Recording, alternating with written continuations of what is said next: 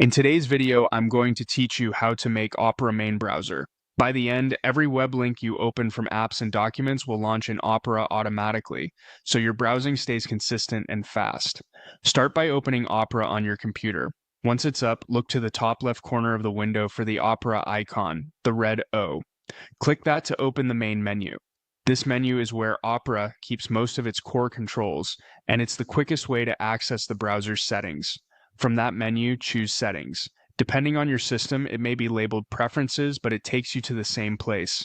The Settings page is where you customize how Opera behaves, from appearance to privacy, and of course, your default browser choice.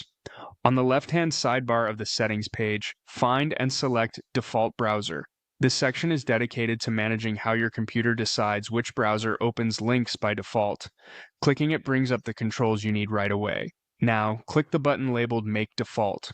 When you do this, your operating system may show a confirmation prompt. That's normal, it's just making sure you really want to switch.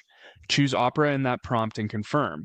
After you accept, Opera becomes your default browser at the system level, which means links from emails, documents, and chats will open here automatically. A couple of quick tips as you finish up. If the Make Default button is grayed out, that usually means Opera is already your default browser. Great news, nothing else to do. If you don't immediately see the default browser option on the left, try scrolling, or make the window a bit wider to reveal the full menu. And remember, if you ever change your mind, you can return to the same spot in Settings to pick a different browser later. That's it. You opened Opera, used the menu to reach Settings, selected Default Browser on the left, and clicked Make Default. Simple, clear, and done. Opera is now set as your main browser.